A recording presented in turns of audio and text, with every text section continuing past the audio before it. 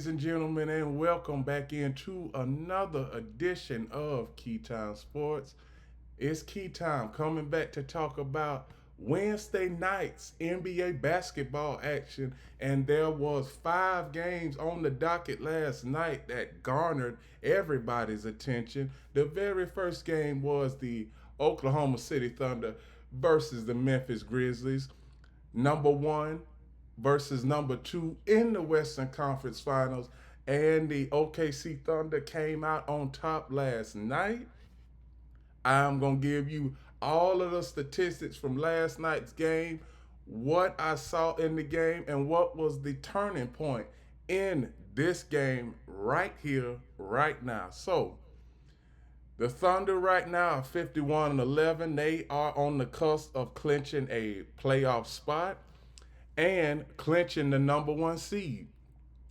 So now the Memphis Grizzlies, they are third now. Third now in the Western Conference and pretty much losing their grip on the third spot because it's OKC, Los Angeles Lakers, not Dallas, Denver, and now they are in a tie for third with Denver in the third spot. So no more. So when it comes to the game last night, I looked at it throughout its entirety, and I saw where basically it seems like OKC. Let me tell you, OKC they have a decent enough bench. I can tell you that because I'm looking at their bench. You have Jalen Williams. He had 13 points. Didn't miss from the 3-point line last night. Then you have Ozami Dang, who had 5 points. Then Isaiah Joe had 8 points. Aaron Wiggins had 16 points. So not the defense, but the Thunder bench did what they were supposed to do. And then you had Shea Gildress Alexander, the leader of the OKC Thunder. He had 41 points. Jalen Williams had 20 points. Isaiah Hartenstein threw in his 10. And then you had Lou Dort. He had a three-pointer. And then Cason Wallace, he had 4 points. So what am I saying here about the OKC Thunder that I have been saying throughout the entirety of this season is, and I said this a few days ago in my team outlook video for the Thunder, I said that when it comes to this head coach, for the OKC Thunder, he has been the Thunder coach for 5 years now and only has one playoff appearance. Now he's about to have two because OKC Thunder, they will be number one in the Western Conference Finals this year again. Last year, last year, very first time in the head coach's era that they made the playoffs, the Thunder. Now let's see what they can do. Can they build off of last year's instant success and try and make a push for the NBA Finals? Now let me tell you, there are a lot of teams that are in their way, not to mention the fact that the Memphis Grizzlies are in their way. They are at the fourth spot, not for me to mention. You got the Los Angeles Lakers, you got them Denver Nuggets, you got the Houston Rockets, one of the youngest teams in the NBA that could dethrone the OKC Thunder as soon as the first round. Now, I'm going to shift on over to the Memphis Grizzlies. The Memphis Grizzlies, I've been saying this, I said this last week. The Memphis Grizzlies are a team that is just full of hype to me. They've never won a championship. They have only gotten to the Western Conference Finals twice in their franchise history. Now, let me tell you, Ja Morant, he did well last night. He had 24 points. Desmond Bain had 15. Vince Williams Jr. had 12. Zach Edey had 6. Jalen Wells had 3. And then when you get to their bench production, it is a little it's more consistent now than it was earlier on in the season, because when you look at Brandon Clark, he had 13. Marvin Bagley the third had 3. Lamar Stevens had 2 points. G.G. Jackson had 6 points. Jay Huff, he didn't play. He had 0 points. Luke Kennard had 2 points. Then you had Scottie Pippen Jr. He had 15. Cam Spencer had 2. So the bench for the Memphis Grizzlies, they had better production last night. But let me get to these turnovers. Now, it was a lot of turnovers in this game by the Memphis Grizzlies. I'm going to pull it up right now. And let me tell you, largest lead for the Grizzlies was 4 points. So they didn't do much last night. And the largest lead for the OKC Thunder was 21 points. The Thunder and the Grizzlies, they are not in the same boat. Now they do have, both teams does have a top-notch player. For the Thunder's case, Shai Gilgeous-Alexander, he can go find his own shot. And for the Memphis Grizzlies, Ja Morant, he can go find his own shot. Now, I'm going to get to the turnovers. The turnovers, Memphis Grizzlies had 16 turnovers that led to 25 OKC Thunder points. You cannot do that in the playoffs. The coaches, they need to emphasize to the players, every possession in the playoffs, no matter if it's a 7-game series or not, every possession in the playoffs in the NBA is just that much bigger than what it is in the regular season. Now, we only have 5 more weeks of the regular season. So you cannot lose 2 or 3 games in a row, or else that will hurt you when it comes to playoff seeding. So for the Memphis Grizzlies, they are 38-24 right now. They are currently, someone please pull up the stats for me. Someone please pull up the standings for me. Excuse me. Standings. No, I don't want that chart. I need the other standings. Thank you. So as of right now, the Memphis Grizzlies, they are in the 4th spot right now, and the OKC Thunder, they are on the cusp of clinching a playoff spot. So that's all I have for the OKC Thunder and the Memphis Grizzlies. The next game I'm going to cover is the Miami Heat and the Cleveland Cavaliers. The Cleveland Cavaliers last night was the first team this season to clinch a playoff spot. You can see it right now in the standings. They have clinched their playoff spot in the Eastern Conference, and they will be the number 1 seed. Now, back to the last night's game. The Cleveland Cavaliers did what they were supposed to do. The Miami Heat, in this case, they are struggling to keep their season afloat. Kevin Love had 10 points. Bam Adebayo, he is pretty much basically the leader of that franchise right now. He had 34 points. Davion Mitchell had 9 points. Alec Burks had 5 points. Terry Rozier, he had 12 points. Now, when it comes to their bench over the last couple of years has had trouble keeping their team afloat when the starters come off the floor. Duncan Robinson, he had 14 points. Haywood Highsmith had 13 points. Pelle Larsaran had 3 points, and Kyle Anderson had 7 points. So the Miami Heat are 29-32. They are on the outside, basically, no, they are in the play-in tournament as currently constructing right now. And I don't see them getting very far in the playoffs. Not with this team, because your starters, Kevin Love, Bam Adebayo, Davion Mitchell, Alec Burks, and Terry Rozier, the Miami Heat, they could get swept. And I'm not talking about a gentleman's sweep. I am talking about swept.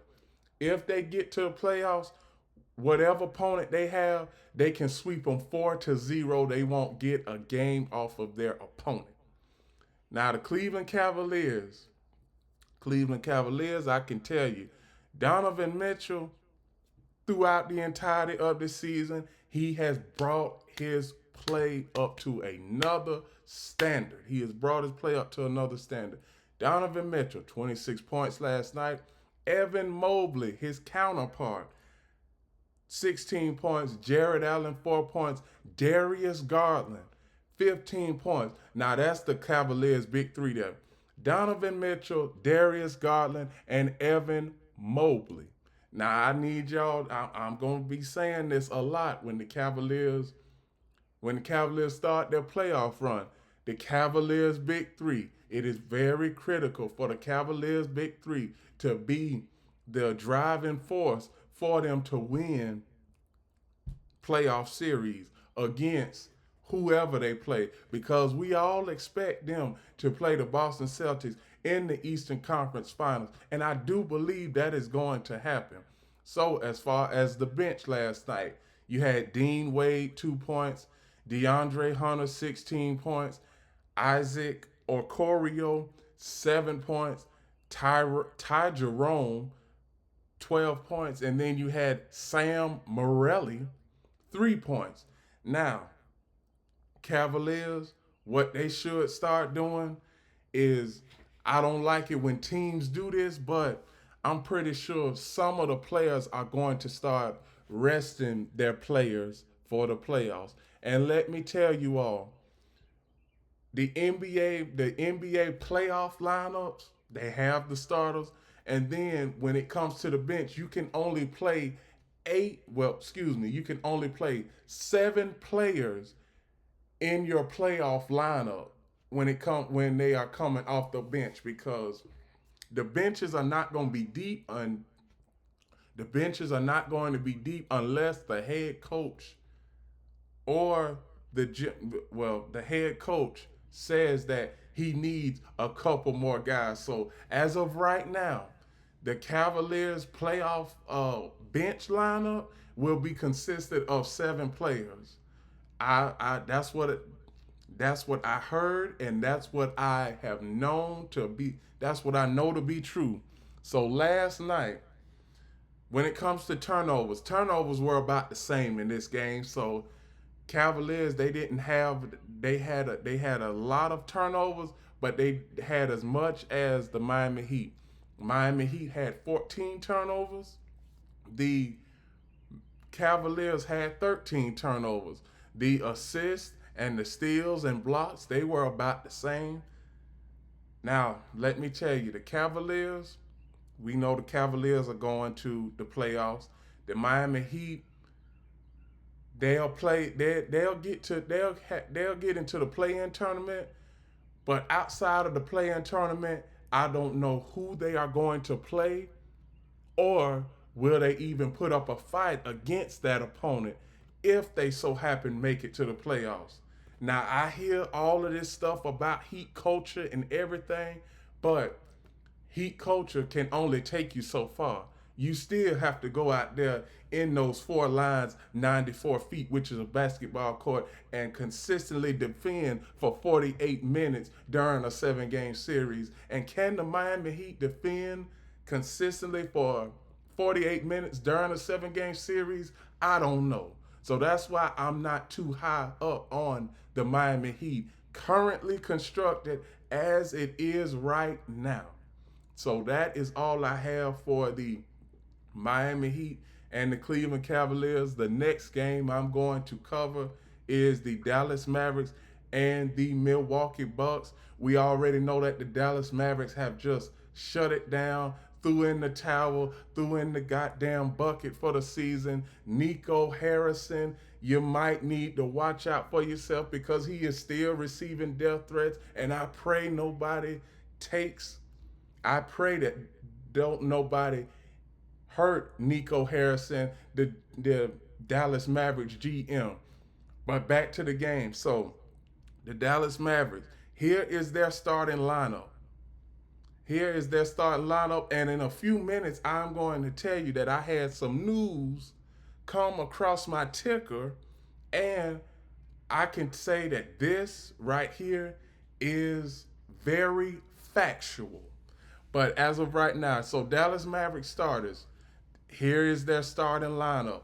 Najee Marshall, Dwight Powell, Spencer Dinwiddie, Klay Thompson, and Max Christie. Klay Thompson had 28 points last night. Najee Marshall had 22 points last night. Dwight Powell, 6 points. Spencer Dinwiddie, 8 points. Max Christie, 13 points. Now, there is one thing that I do want to say.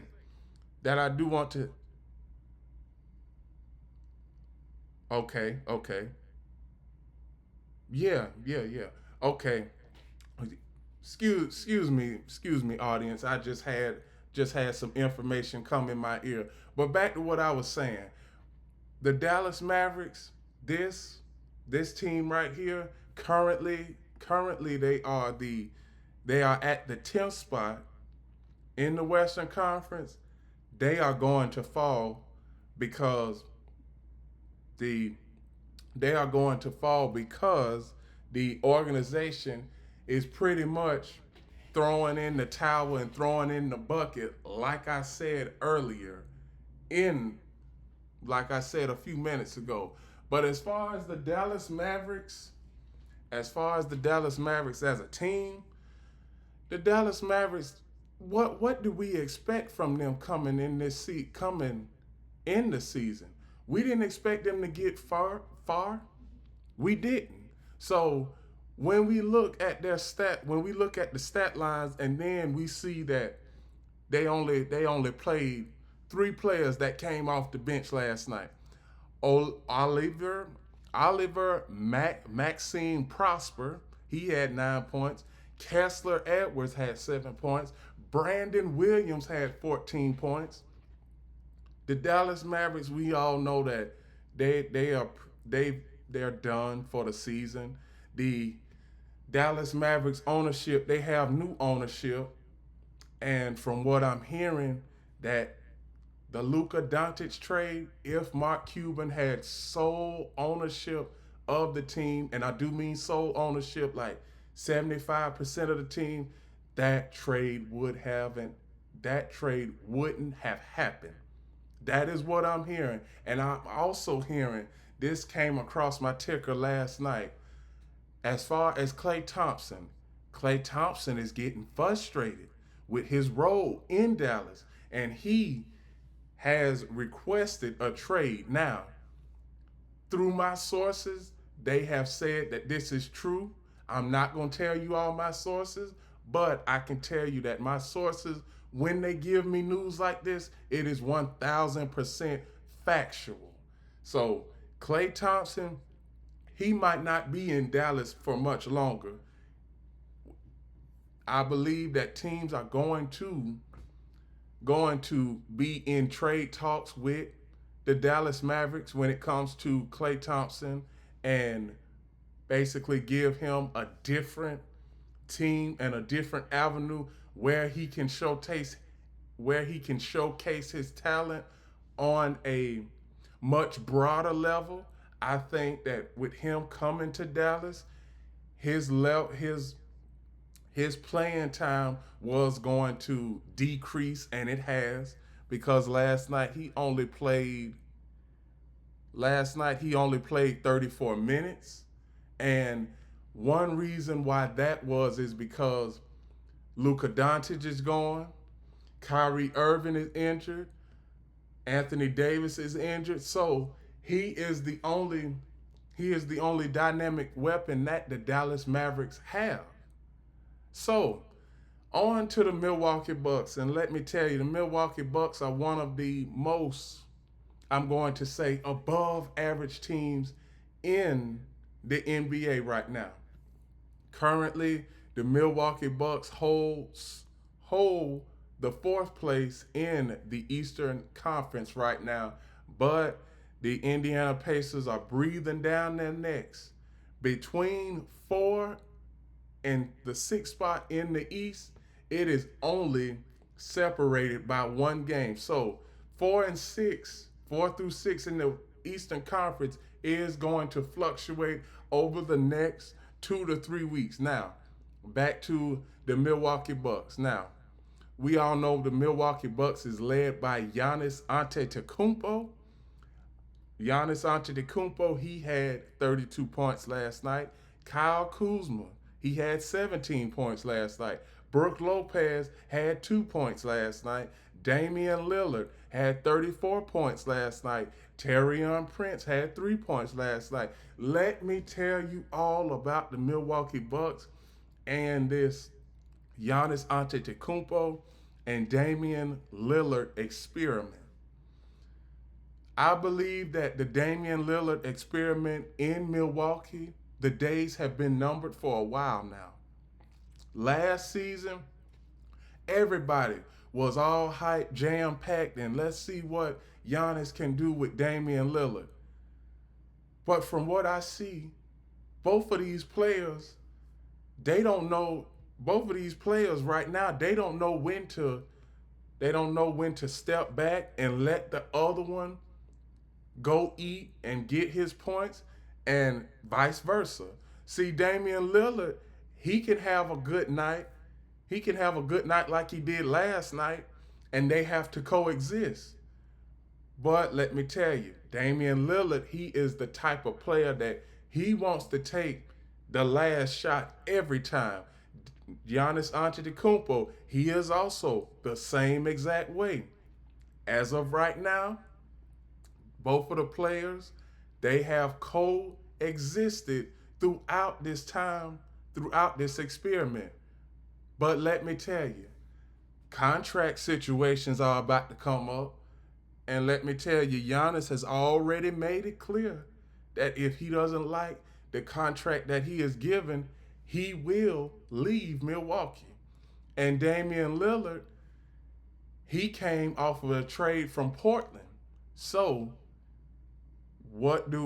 in the next few months, what are we going to see from the Milwaukee Bucks? And I'm not just talking about from a playoff standpoint, because we know that nobody is going to beat either the Boston Celtics or the Cleveland Cavaliers in the playoffs. That's why we are all penciling in Cleveland and Boston in the Eastern Conference Finals. So, Milwaukee Bucks, what can you do outside of Giannis and Damian Lillard?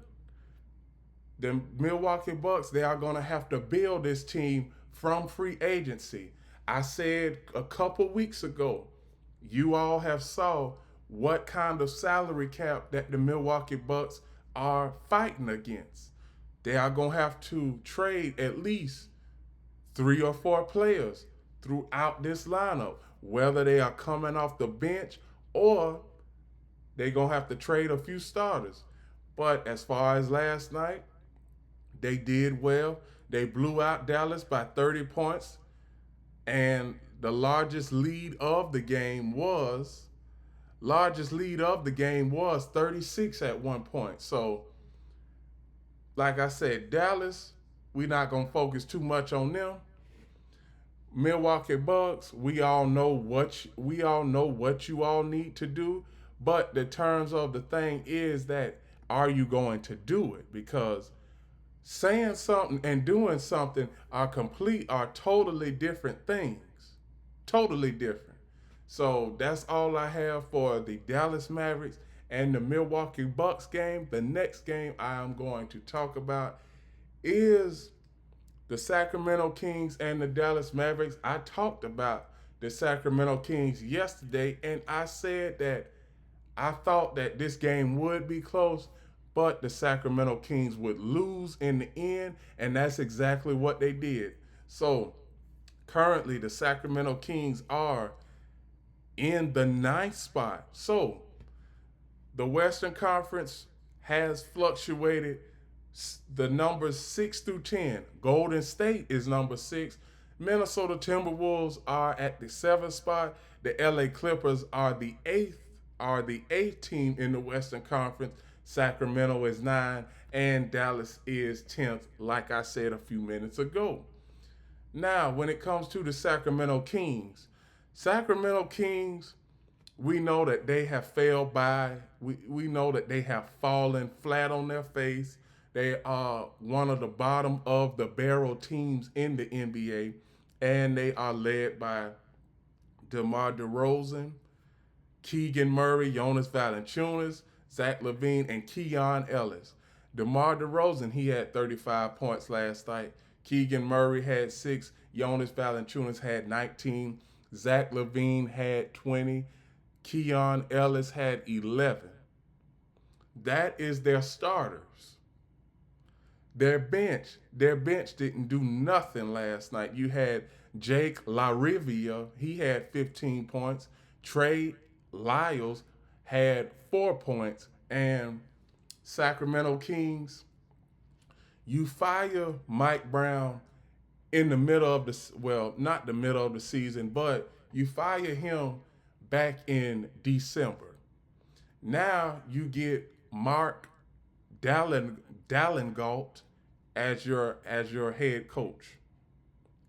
And I might be wrong about Mark Dallengalt, but I believe that he they needed a Sacramento, they needed a scapegoat, and Mike Brown was their scapegoat. Now, this new coach, he doesn't really have enough time to install his blueprint this season, but coming into next season, he'll have a full season to install his blueprint, and let's see what the new Sacramento Kings head coach can do. As far as the Denver Nuggets, we all know that they are going to be in the thick of things. They have been in the thick of things all season. Michael Porter Jr. had 13 points. Nikola Jokic had 22, 10, and 5. Russell Westbrook had 25 points. Jamal Flamethrower Murray, I call him the Flamethrower because this brother can catch fire in a minute, and he can make the most ridiculous shots that you have ever seen. So he had 24 points. Christian Braun had 15. Their bench for the Denver Nuggets, Zeke Naji had 10 points. Peyton Watson had 2 points. And Jalen Pickett had 5 points. The Denver Nuggets, right now, they are the third spot in the Western Conference. They are a full game back from the second spot in the West. And who is ahead of them? The Los Angeles Lakers. But back to the Nuggets right now. The Nuggets, I said it throughout the entirety of this season. The Nuggets bench production is going to hurt them in the playoffs. They don't have many big men with the Denver Nuggets outside of Nikola Jokic. And let me tell you, Nikola Jokic, he can play 30 plus minutes a night, but if he is not scoring at the efficiency level that he is used to scoring, the Denver Nuggets can go home. The Denver Nuggets will be knocked out of the playoffs. So the Denver Nuggets, they need to shore up bench production if they are going to have a long playoff run and make it to the NBA Finals. That's all I have for the Sacramento Kings and the Denver Nuggets. I have 2 more games to cover, and then I will go into my final takes for all of these games, and I will end the show like that. Now, this game right here last night, the Detroit Pistons and the LA Clippers. Detroit Pistons is one of the youngest teams in the NBA. They are the second youngest team in the NBA, just below the Houston Rockets. And let me tell you, the Detroit Pistons, I don't know who they're gonna play in the first round, but I would love to see Detroit in the playoffs. The fan base need it because it has been 9 years of just straight futility and atrocity. That's what it's been. Futility and atrocity. Now, a couple years ago, the fans, Detroit Pistons fans, were telling the owner to sell the team. Now they see what the owner's blueprint was, and now it's time for the Detroit Pistons to make it back to the playoffs. So the Pistons starting lineup last night. Azur Thompson had 10 points. Tim Hardaway Jr. had 7. Jalen Duren had 7. Cade Cunningham, which is the leader of the Detroit Pistons, he had 37. Malik Beasley had 14. When we get to the bench, like I've always said, I have emphasized throughout this show, bench production is key in the playoffs. Simone Fetechio, he had 2 points. Ronald Holland II had 7 points. Isaiah Stewart had 10 points. Dennis Schroeder had 21 points. The Detroit Pistons, if the playoffs started today, who would the Detroit Pistons, they would be playing the New York Knicks. And let me tell you, if somehow the Detroit Pistons somehow played the New York Knicks in the playoffs and the Detroit Pistons win that playoff series, let me tell you, all New York Knicks fans are going to be disgusted with the New York Knicks. And let me tell you, the one guy who is going to be most disgusted, you all know him, and you all have heard me say this name, Stephen A. Smith. Stephen A. Smith, if you are watching this show, I know you're not watching this show because you are on your First Take studio. You are on First Take right now. But if you ever watch this show, I'm going to tell you that your New York Knicks are not what they set out to be. I believe that Detroit, even though they are a young and upcoming bunch, this is a force to be reckoned with. The Detroit Pistons, they are not the same Detroit Pistons that they were 2 and 3 years ago of being the laughingstock of the NBA. The New York Knicks, they are going to have trouble on their hands if they play the Detroit Pistons. Now, that's all I got to say about the Detroit Pistons. Now, as far as the LA Clippers, I said once the season started that the LA Clippers are an average team. You can see it. Nicholas Batum, he had 5 points. Ivica Zubac, he had 22 points. James Harden, he had a 50-piece last night. Boban Bogdanovic had 23. Chris Dunn had 8 points. Now let me tell you, Kawhi Leonard, I don't know where he has been at all season. Maybe he's nursing an injury. But let me tell you, Kawhi Leonard, one thing about Kawhi Leonard, I am not going to disrespect Kawhi Leonard. Kawhi Leonard, we know that he is the type of player that he can turn it on when it needs to be turned on. But throughout the season, you have to get your body prepared for that long playoff stretch.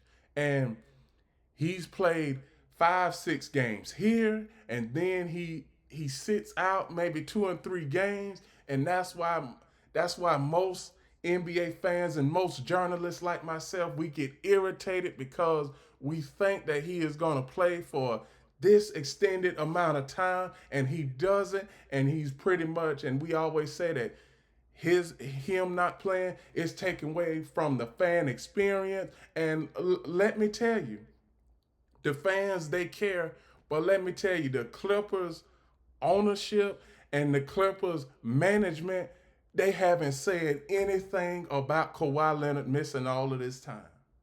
Let me tell you, I'm going to tell you that the fans, they pay the general manager's salary and they pay the owner's salary in the NBA. So let me tell you, if fans stop showing up the Clipper games, which I know fans are not going to stop showing up the Clipper games, but if fans of the Clippers grow tired of Kawhi Leonard not playing and not suiting up for the Clippers, he is going to get traded.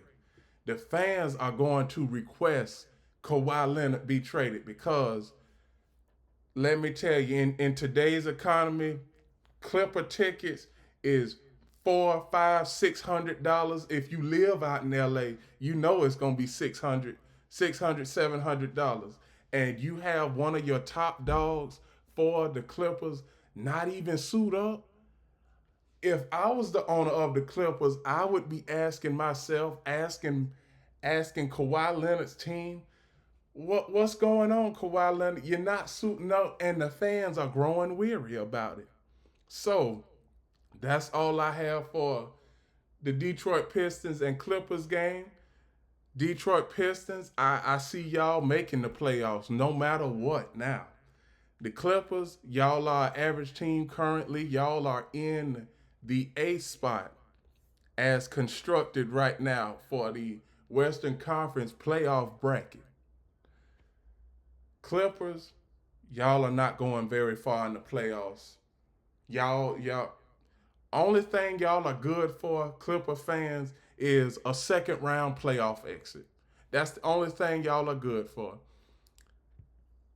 Outside of that, when it comes to the Detroit Pistons, 35 and 28 with 35 and 28 with 22 games left, and I believe that they can win 15 out of those 22 games. I think that they can go on a they can win 15 games out of the next 22 and have sole possession of that sixth spot in the Eastern Conference. And with that, those are my reactions to the NBA fiasco that happened last night between the OKC Thunder versus the Memphis Grizzlies, Cleveland Cavaliers versus Miami Heat, Dallas Mavericks versus the Milwaukee Bucks, Sacramento Kings versus the Denver Nuggets, the Detroit Pistons versus the LA Clippers. With that, those are my reactions. And please like, comment, share, subscribe, click the notification bell to get notified of all of my reaction videos, shows, and other content. We are doing an expansion on both platforms with Key City Sports on Instagram. Please like, share, and follow. We have reached over 10 countries already on Instagram with Key City Sports, and we have reached over 40 countries over here on YouTube. So, Key Town Sports, Key City Sports, we are about to take both of these shows to new heights, and I would not want any newcomer who wants to subscribe to this show or on Instagram to miss out, because NBA playoffs are coming up. The March Madness is coming up. The NBA Finals are coming up. Later on this year, we have the NFL coming up. So you do not want to miss any of the content that I will have for everybody. So one last thing. Remember, the key is always on time.